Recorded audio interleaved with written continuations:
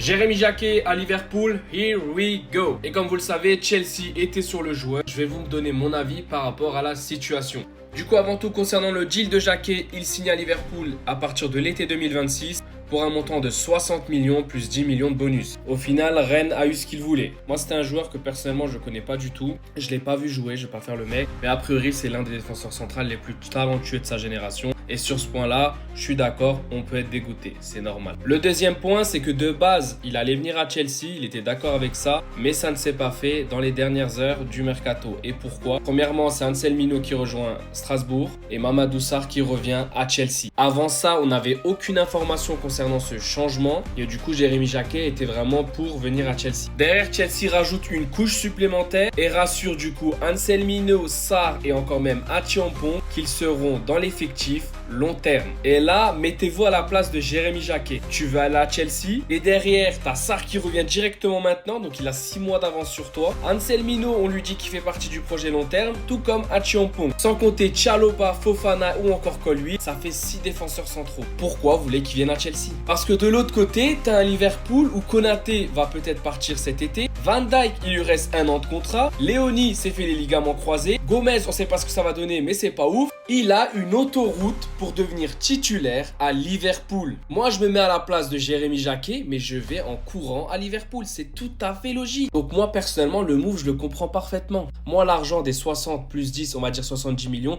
je préfère l'investir dans un ailier gauche. Le seul point que je pourrais regretter par rapport à Sarr, c'est concernant les duels aériens. Jacquet est vraiment boosté sur ça. Sachant que là, on a des problèmes. Pourtant, Sarr, il fait quand même 1m94, hein, va falloir travailler ça. Bref, franchement, sur ça, vous me rejoignez, je pense. On est tout à fait d'accord sur ça. Sachant qu'on a encore lui, il n'y a aucune information de où il part. Donc là, ça me fait péter les plombs. Lui aussi. Mais le troisième, Dalton, ça va. Il devrait partir en prêt du côté de West Ham pour 2 millions. Bref, il reste quelques heures, mais je pense pas qu'on aura beaucoup de mouvements du côté de Chelsea.